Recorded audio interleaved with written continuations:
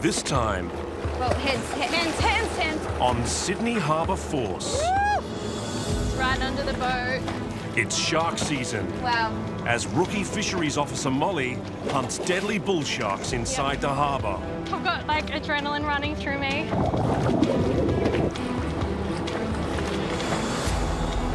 And with increased great white shark sightings off the coast, Also going to go for the guy with holding onto the esky just because he looks the most vulnerable. rescue swimmer Hayden races to save two fishermen from their sinking boats. It's a risk, and there is bull sharks here. We've seen them before. Yeah, there are bull sharks in the harbour. While father and son dive team Mike and Jeremy race to replace shark safety nets. Destroying the net! Come down this end!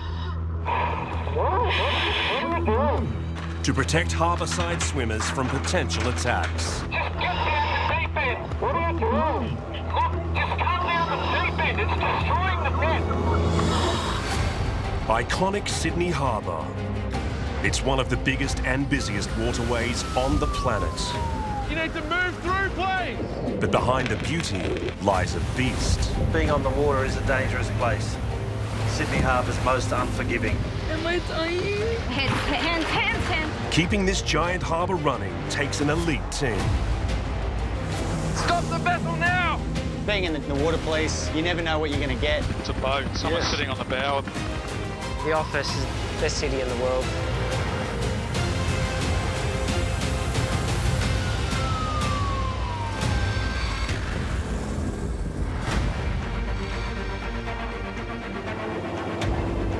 Are you pumped, Molly? Yeah, I'm getting really excited now. Your muscles will be hurting by the end of today. Late at night on Sydney Harbour, rookie fisheries officer Molly O'Halloran is on her first shark tagging operation with fisheries scientists Dr. Amy Smoothie and Dr. Vic Peddamores. As we get closer to the lines, I'm getting a bit nervous. We just had a chat through what needs to happen once we pull a shark up to the side of the boat. And there's quite a few things to remember to make sure that the tagging process goes smoothly. In 2020, Australia became the deadliest location for shark attacks in the world, with 26 dangerous encounters resulting in 8 fatalities. The baits have been soaking now for around 2 hours. We've got 75 hooks sitting on the seabed, and we're hopeful that we've got a shark or two. The team have set 5 250-metre-long fishing lines throughout the harbour at areas notorious for shark sightings, which the team must pull in by hand. Oh God, I'm so nervous. We've only pulled up 8 hooks, but it's early days. We've still got 65 hooks to go. Definitely a chance of a shark. To help prevent shark attacks, there are 21 satellite-linked listening stations scattered along the New South Wales coast, instantly warning swimmers when a tagged shark is close by.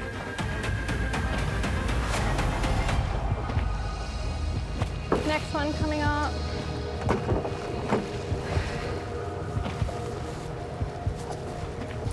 Oh, nothing. Tagging as many sharks as possible will save lives, but first, the team have to catch them. But we're at the anchor now, which it's not a great start, but we've got 4 other lines, so we're still hopeful. And you can't get conditions much better than this. It's peak season, it's summer, water temperature is perfect. It's even 24 degrees right now on the surface, which is perfect conditions for bull sharks. I can't tell now if it's heavy or if I'm like whacked. So it's quite deep.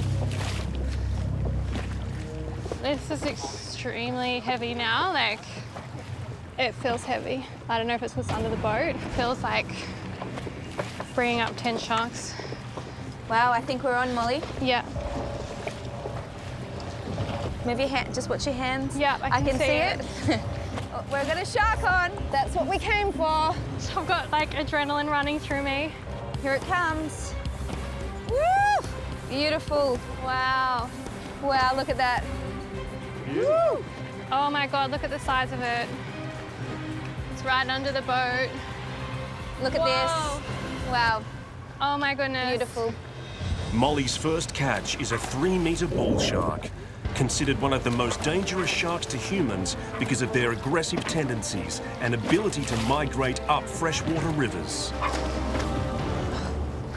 Easy. Okay, so Vic, I'm going to get you to get on the tail rope. You can let go of that. Watching our feet now on the rope. To be able to fit the tracking device, the team must find a way to turn the shark onto its back. Oh my goodness, this one's lively. Now help him, Molly. You hold the pecs for him. The pec. Nice, perfectly done. Yep. My heart is pumping. Flipping the shark upside down temporarily subdues it, giving the team just minutes to insert the tag. Now you can see that the shark's in a trance-like state. It's on its back in tonic immobility. It's calm. It's allowing me to carry out my surgical procedure. I'm going to put this tag in. Serial number? 1280455. Thank you. The tag is placed in the shark's tail where it lacks pain receptors and has the ability to regenerate damaged tissue at a rapid pace. Every time it swims within 500 metres of a listening station, it provides us with a date and time stamp. People can learn about where these sharks are going in real time. It's not surprising. We know every time we go in the water for a swim, there are sharks about. Molly's first tag shark will help protect beachgoers where the listening devices are located, but the team still have more bait lines to set in the harbour over the next few days.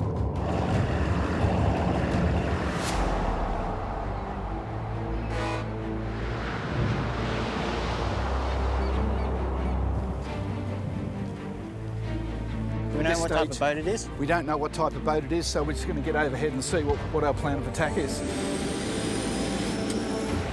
The life-saving rescue helicopter crew, pilot Andrew Chapman, air crewman Trevor Cracknell, and rescue swimmer Hayden Sorrell are responding to an unknown emergency distress beacon.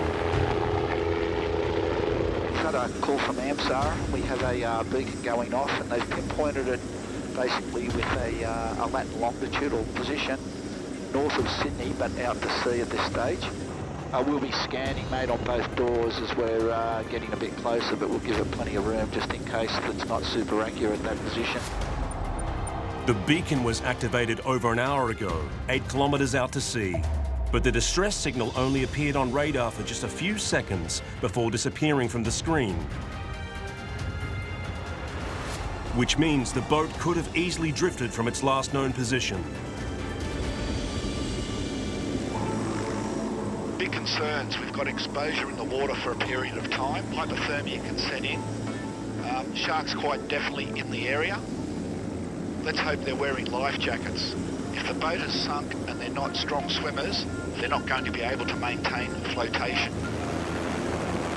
There have been over 100 shark sightings along the coast in the past 6 weeks, with large numbers of great white sharks travelling to nursery grounds 200 kilometres north of Sydney. Nothing at the left at the moment, all still clear. Yeah, nothing at the front either. Yes, mate, I was scanning out the right-hand side. Nothing sighted, no boats, nothing in the water at this stage.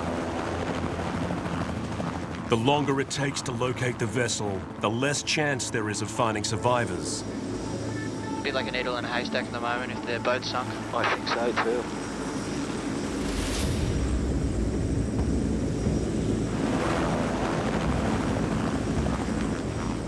Scanning still on the right, nothing sighted.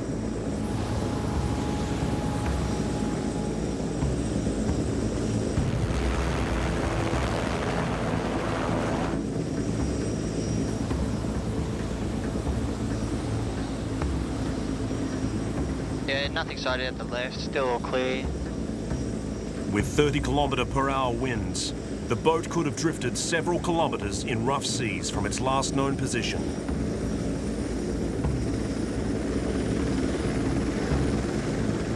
Yeah, okay guys, I've got something in the water on the nose, probably about a mile. So I'm just going to start bringing my speed back and come down a bit to lower height. got it sighted too at this stage, but can't really tell what it is. Yeah, about 1 o'clock there. Yes, that's the one. Roger that. Okay, I'll just come down a little bit. Speed's coming back. Yeah, look, mate, it's a boat. Oh, someone's sitting on the bow of it. Yeah, got them sighted. Mate, there's a second patient. Oh, there is. There's one in the water.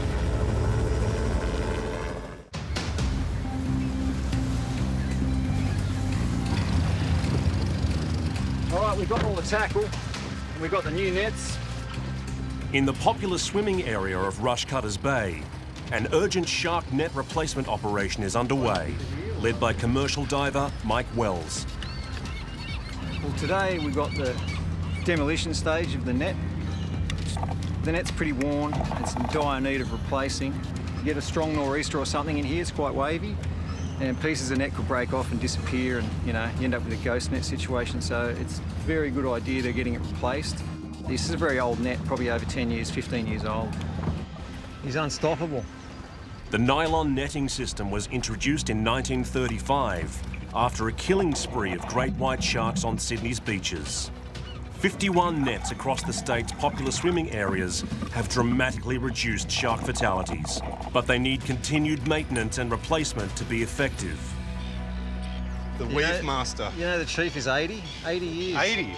Mike's dive team includes his son Jeremy and his 80-year-old father, who they affectionately call the Chief. Spring chicken. 3 generations of divers who have been servicing shark nets in Sydney Harbour since 1972. Gonna jump in, then chop the net up into manageable pieces, and then have them all in a nice pile ready for the barge, just to pick them up with the crane and take them away. Chief's gonna hold your harness. All right, good to go. Got clear comms? Divers in. All good? All right, how's the visibility? Fairly poor, actually. Yeah, it's a bit silty at the bottom. Very, very silty. Yeah, righto. All right, just take it easy, watch out.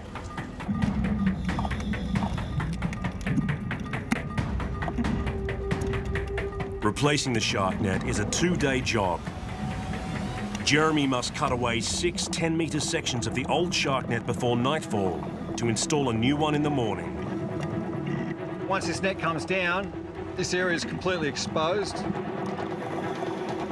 The murky conditions have reduced visibility to less than half a metre, which means if there are sharks in the area, Jeremy will not see them coming.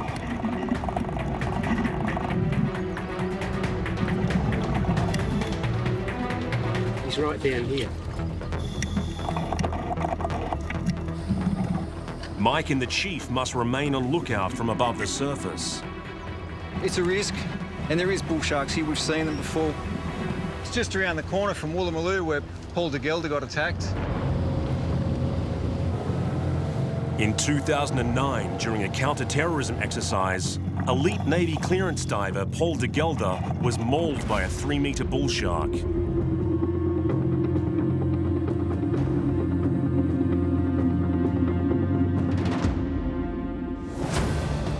He managed to escape the jaws of the shark, but was left with an amputated arm and leg.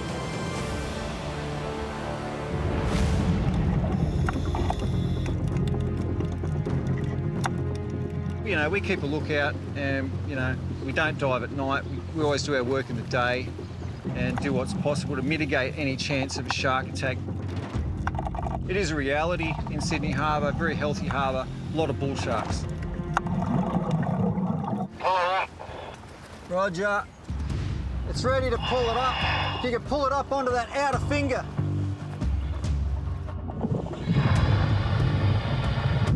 Tie it off to a cleat. We'll get the crane on it. All right, so all the net, it's all tied up into single pieces. Robert's going to arrive on the barge, pick up those bits, take the net away. We'll grab this one first and see how ugly it is. Righto. Just jib straight through the net, huh? So either or. Yeah, try that. We've got about 6 sections of shark net to come up. There's a good weight difference probably 200 kilos, 100 kilos, 300 kilos between them. The team must remove all 6 sections of the old shark net from the water to remain on track for the new net install tomorrow.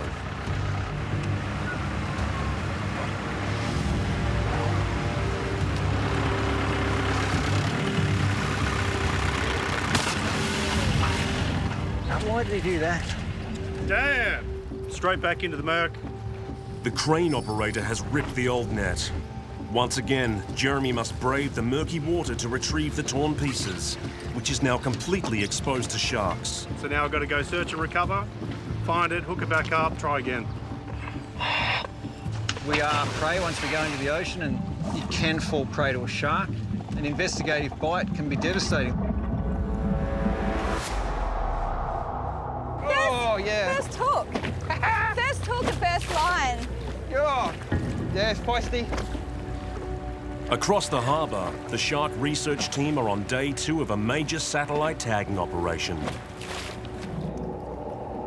Here it comes. Here it comes. Designed to catch, tag and release some of the world's deadliest predators who come into the harbour's popular swimming areas. It's a good size. It is a great size. Far out. So I'll take the head. Ooh, I just got a flash of it. Ah, come on. My arms are burning. After catching her first bull shark last night, rookie fisheries officer Molly O'Halloran has handed the reins over to her boss, veteran Joel Cox, who is helping shark scientists Amy and Vic pull in this 2.5-metre male bull shark. Tied off? Tied off. Well, no. Whoa. Oh, no. This guy's super lively. So we just have to be really mindful about positioning of our hands. Seeing the shark from this angle is just insane, like to see how big they actually get. There's many dangers about being a shark scientist. There's dangers associated with the fishing gear that we use, big hooks and the ropes. But there's also the dangers associated with handling a large, potentially dangerous animal like this. So we're just really mindful about where our hands are and who's handling the shark at all times. This marks the 4th bull shark captured in the harbour in the past 24 hours.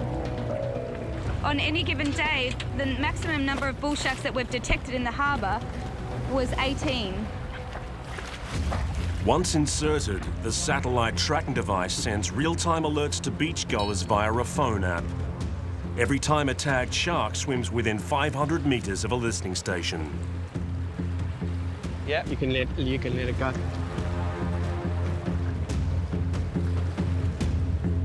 Tails off. Okay, he's busy moving. All right. Okay, there he goes.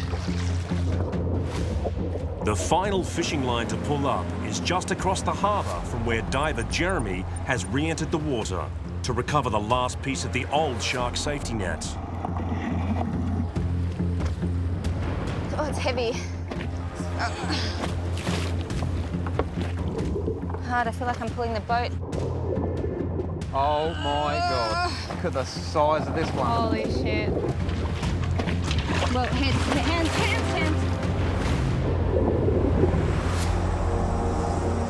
All right, I'm just going to pull up into a harbour if you're happy with that, mate. I've got good visual reference. H, we've got them sighted on this side. We've got one guy sitting on the bow. I think if we winch you down... 8 kilometres out to sea, the crew of the Lifesaver rescue helicopter have located a capsized fishing boat with 2 survivors. What I'll do, I'll put you this side of the line, and I want you to swim into it, but just be very careful, mate. Yeah, I'm also going to go for the guy with holding onto the esky, just because he looks the most vulnerable at the moment.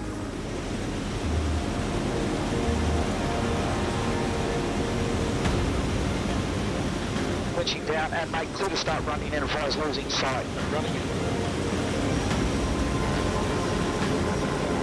Rescue swimmer Hayden Sorrell's priority is to winch the man in the water first. He's in the water. He's now swimming over. Who's using a cooler box as a life raft, while the other is clinging onto their rapidly sinking vessel.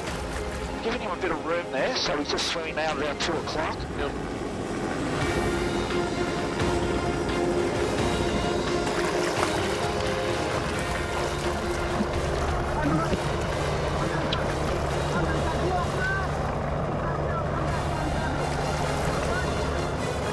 Hayden must act quickly. After 30 minutes exposure to cold water, the body can go into shock or respiratory failure.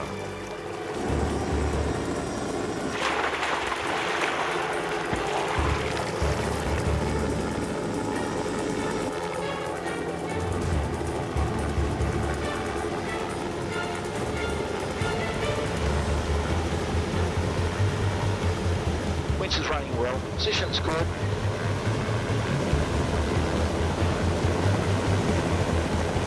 Threaded away the skid, no swing, no spin. Air crewman Trevor Cracknell races to get the first survivor winched onto the aircraft. But the fishing boat is almost fully submerged. Hayden must return to the water fast to save the second man from drowning. And clear to put him out. Clear. But just be very careful, mate.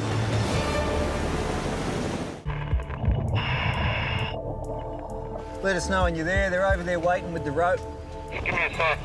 Righto.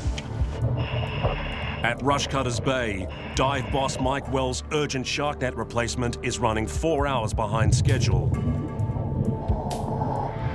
After the old net ripped into pieces while being lifted from the water. And why did he do that? How's the viz? Gotten any better? Taking the rope. Mike's son Jeremy has had to dive back into the water to retrieve the broken sections. But visibility has deteriorated. And without a net, there is no protection from the sharks.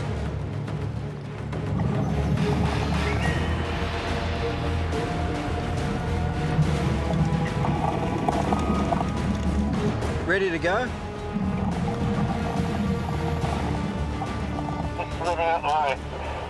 Righto.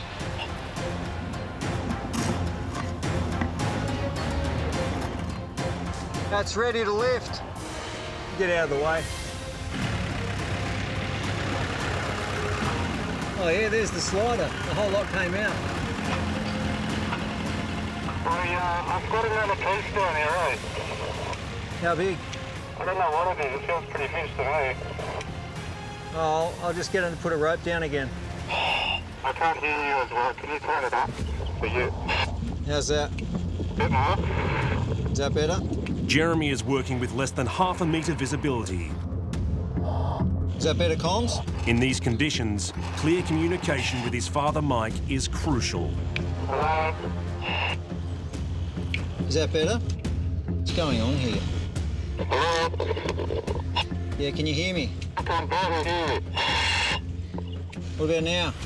No. No? Yeah, you're distorted as well.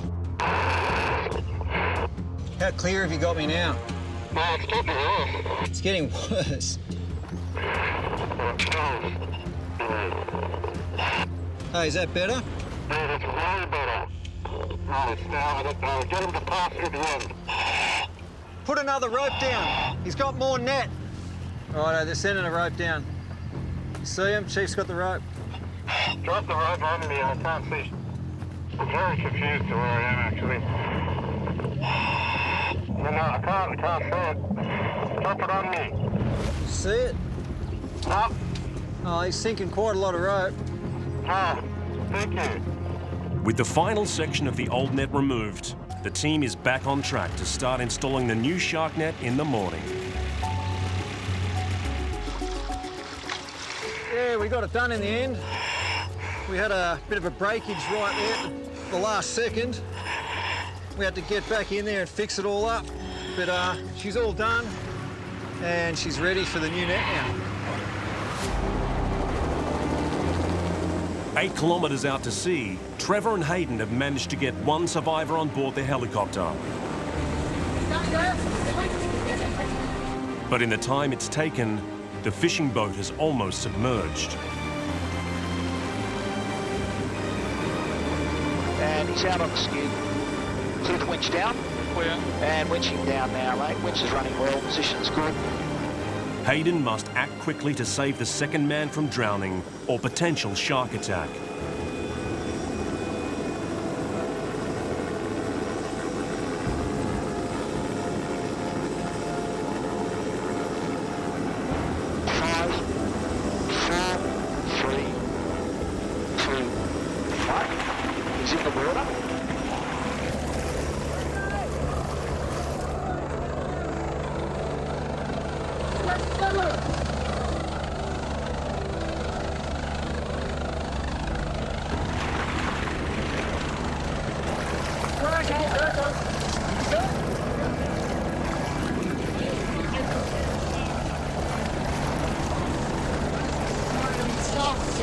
guys, don't worry.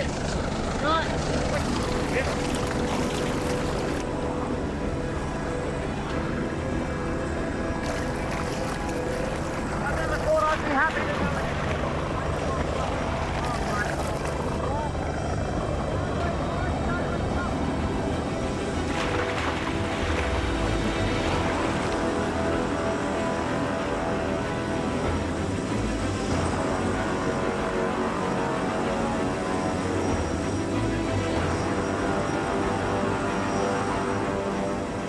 The chopper rescue team managed to retrieve the final survivor with just seconds before the capsized fishing boat completely vanishes beneath the waves.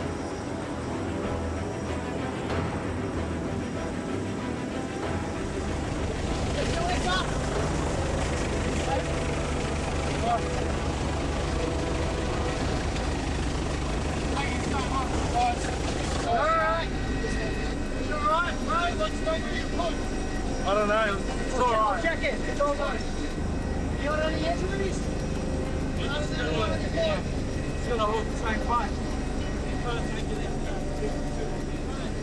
Survivor Tim has a large fishing hook deeply embedded in his arm, while his friend Guy is suffering from shock. Use this so fast, use him. I was thinking about slipping on it. That's why you have an e-permit today. You're all good. You stay cool. Try and wrap this clutch around as much as you can, okay? As a matter of urgency, the rescue team need to get the men back to shore where medics are waiting. You sure you don't have any other injuries? I just saw that, but... I'm just going to look over you, okay? They may have lost their $40,000 fishing boat, but if it wasn't for a $250 emergency beacon device and the quick response of the rescue crew, they could have lost their lives. 2 minutes, 3 minutes.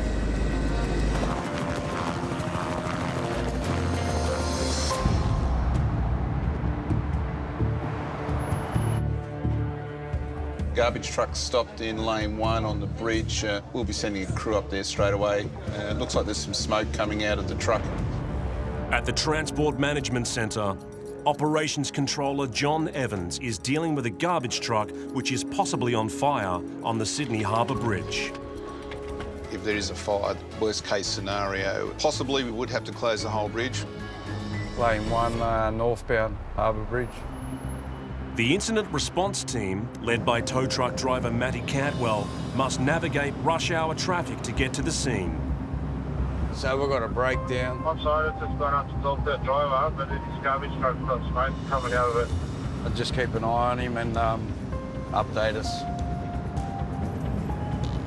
Lane 1, northbound, yeah.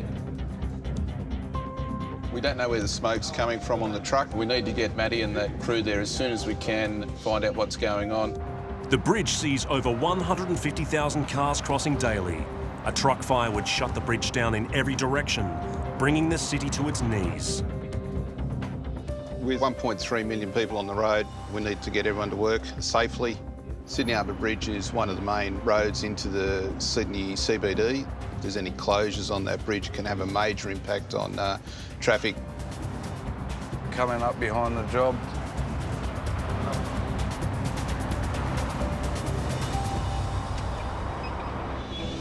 Okay, guys, straight onto it. Mobile 18's Tango 5, I can see you're on site there. The driver is reporting smoke coming from the cabin. Does he know what it is? Not at this stage. Copy, thanks 18.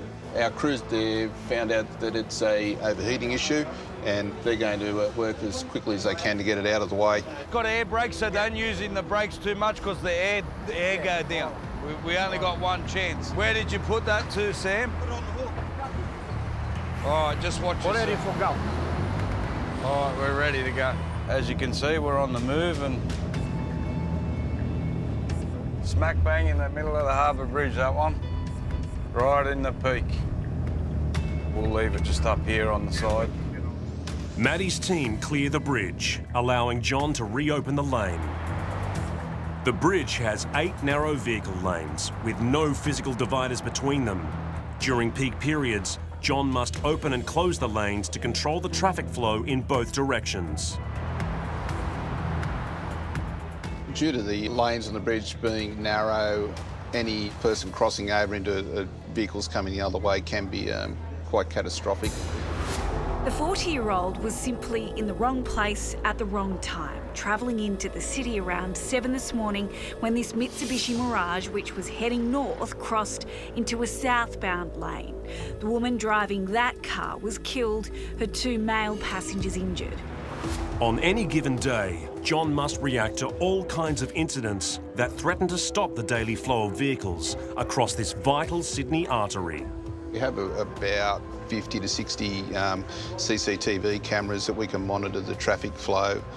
We have very good coverage. There's very few blind spots on the approaches to the bridge and on the bridge itself.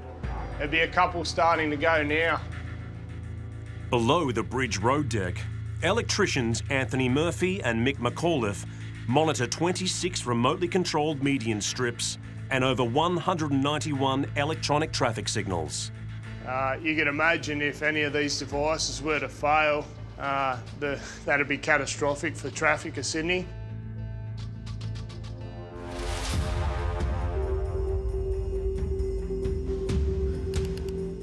Looks like we might have an issue. One of the movable median strips has malfunctioned and is now blocking a vital lane heading into the city. Yeah, hi Murph, it's John here at TMC.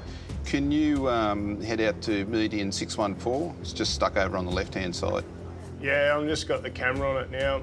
It's saying it's in position left. All right, mate, leave it with me. Wait. All right, we gotta go. With tens of thousands of peak hour motorists pouring into the city, Murph must immediately locate and fix the problem to avoid a head-on collision.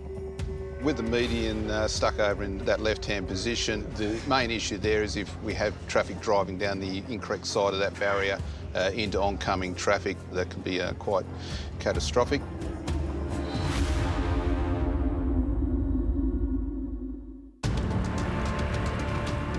Yeah, we're on. We're on. Oh, it's heavy.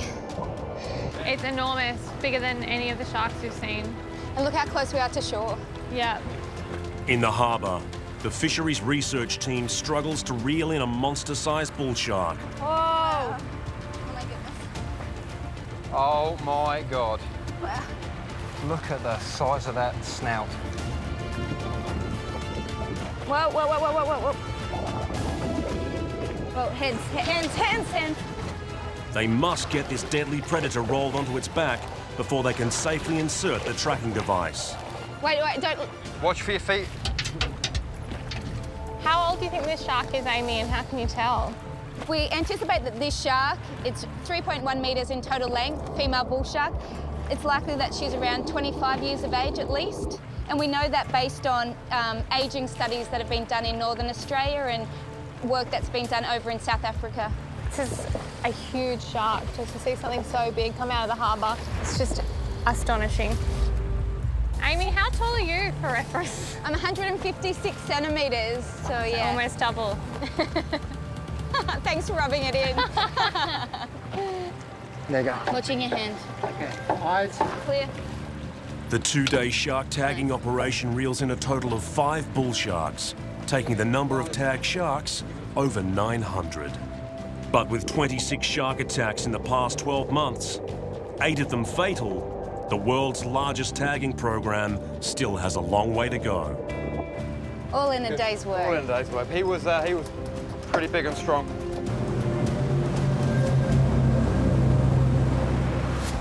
So what's the game plan?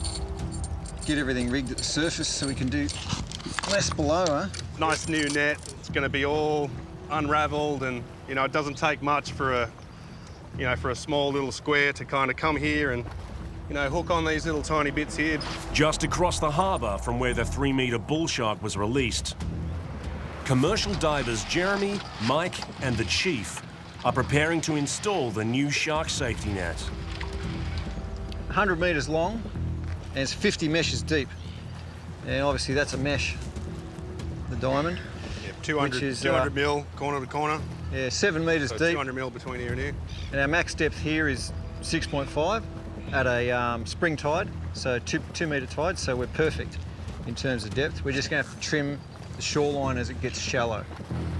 The team need to install the net at the peak of high tide to ensure it fits the swimming enclosure correctly, creating an impenetrable barrier from the highest water level to the ocean floor. Yeah, there are bull sharks in the harbour, so, you know, mitigating them with a net is a good idea for swimmers, especially kids and stuff. You know, they don't want to have the hovering over their head around here. It's Rushcutters Bay. There has been bull sharks, you know, seen in here quite often, so that's the end there. Right on the bottom, hey? A bit up. A bit up. So make sure she hangs. The team thread rope through the top and bottom of the net, which will be secured into position using steel shackles. Hallelujah. Last weave. All right, that is the last square. Most shark nets are just rigid, static. This one's a dynamic net, so it moves. So if we have it rubbing up and down the pylons, all the oyster growth on the pylons will just shred it. So we don't want to do that. Look how close the pylon is. So even if we went there, it'd end up catching oysters. It's just this one. Got to grab that and weave. Thread the needle. What do you mean just? Just swim underwater with jaggedy shit everywhere. Comes out of your hand. All right, just going to check your comms. Got me loud and clear? I've got you loud and clear. Once in the water, Jeremy must carefully manoeuvre the net around the floating pylons. Ripping the net on the jagged oyster shells will create holes, exposing the swimming enclosure to the harbour's deadly predators. Time pressure. We're going to leave it half undone, because if we leave it half undone and get a big wind, trash the net without any chain on it. So we want to get the chains affixed, and having the chains affixed means the job's kind of finished, so we'd like to finish the job today. Is it working? Yeah, working. He's going to start loading the other bits in. Right, that's all in. Yeah, cool. All right, sweet. That pontoon's thrashing around.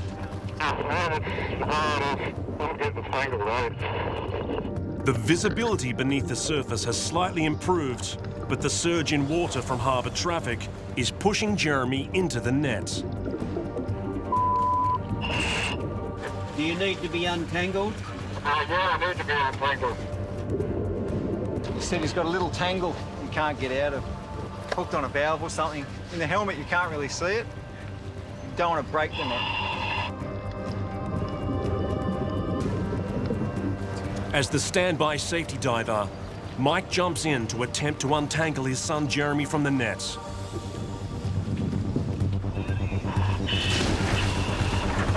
Chief feeds in the chain, which will be used to anchor the net on the ocean floor. Ripping the net! Ripping the net!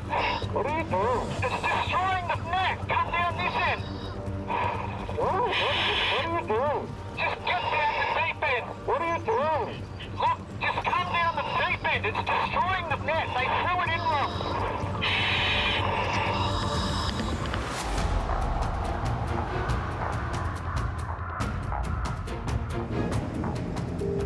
Hey Chuck, it's Murph. Mate, we're just coming up to 614 now. Can you just open 615 for me so I can sneak through? Yeah, we'll do. Bridge maintenance electrician Murph is racing to fix a malfunctioning median strip to avoid a head-on collision in rush hour traffic. The median strips aren't in their right positions. They can't close certain lanes, so traffic can potentially go up the wrong lanes. If we end up losing more than one lane on the bridge, it's going to have an impact on traffic and a flow-on effect for sure. At the Transport Management Centre, Operations Controller John Evans diverts traffic away from the scene, allowing Murph to assess the problem. It's going to have a major impact on traffic. We've already set signs and implemented some plans to let people know what's happening on the bridge, and if they can, use an alternative route or delay their journey. This is Tango 5. I can see you're on site there.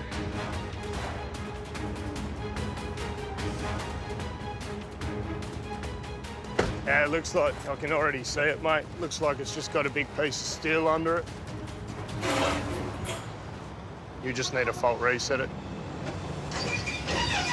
Yeah, all right, should be right. I'm out of the way, mate, so you can bring it over to the western position. The piece of steel has triggered the median's metal sensors to stop halfway across the lane.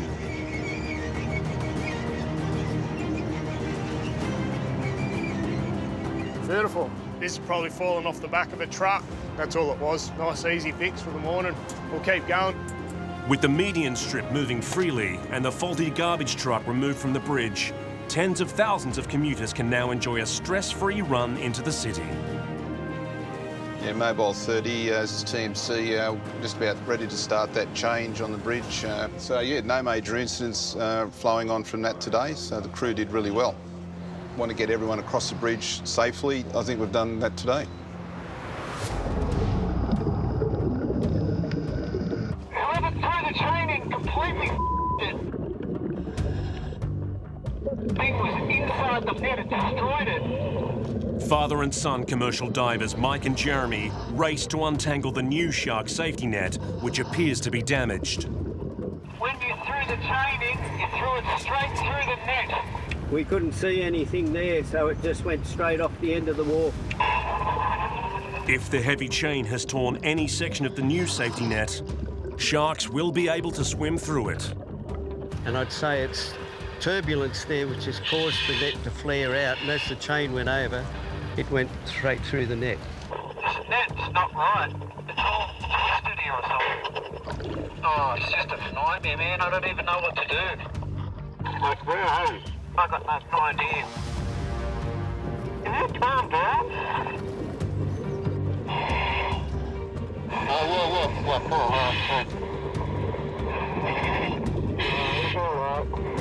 On closer inspection, there are no visible rips or tears, so Mike and Jeremy get on with the job of securing the net into position. It's a huge relief for all three generations of divers, making another part of Sydney Harbour safe for swimmers to enjoy. Yeah, the net's all in place and completely secured now. Long session, taking its toll, you know, getting pretty tired. Yeah, mental day. Very draining, but it's part of the job. Some days are easy, some days are hard.